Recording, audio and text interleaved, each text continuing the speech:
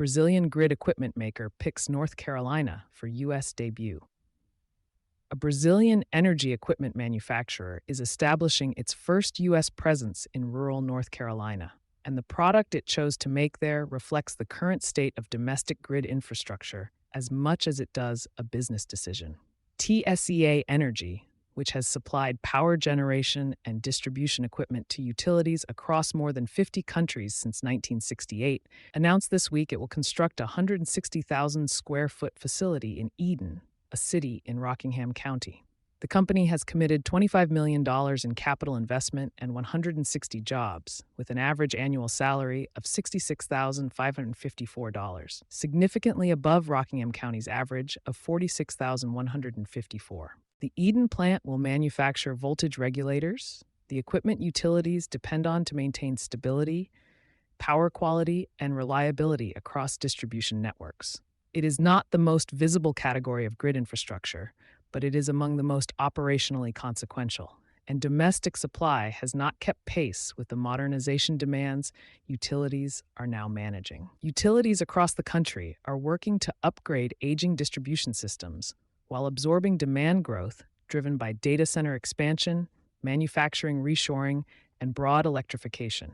Equipment backlogs, particularly for large power transformers and grid stabilization hardware, have stretched lead times substantially over the past 2 years, in some cases leaving utilities waiting years for critical components.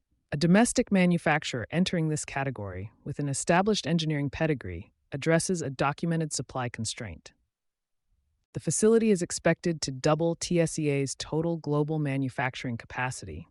It will also house an engineering and R&D center and a service operation, a combination that suggests the company is building the technical infrastructure for longer-term utility partnerships rather than simply relocating production.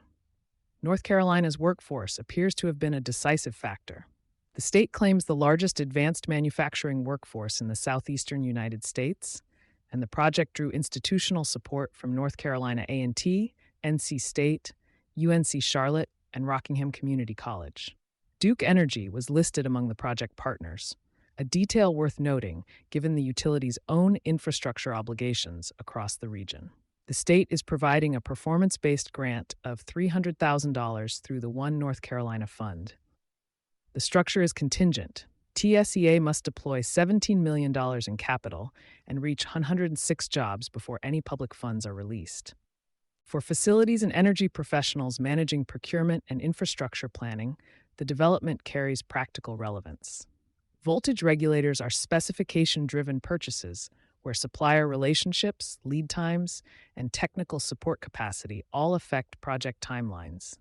A manufacturer of TSEA's depth establishing a domestic engineering and service presence changes the procurement conversation in ways an import arrangement typically does not.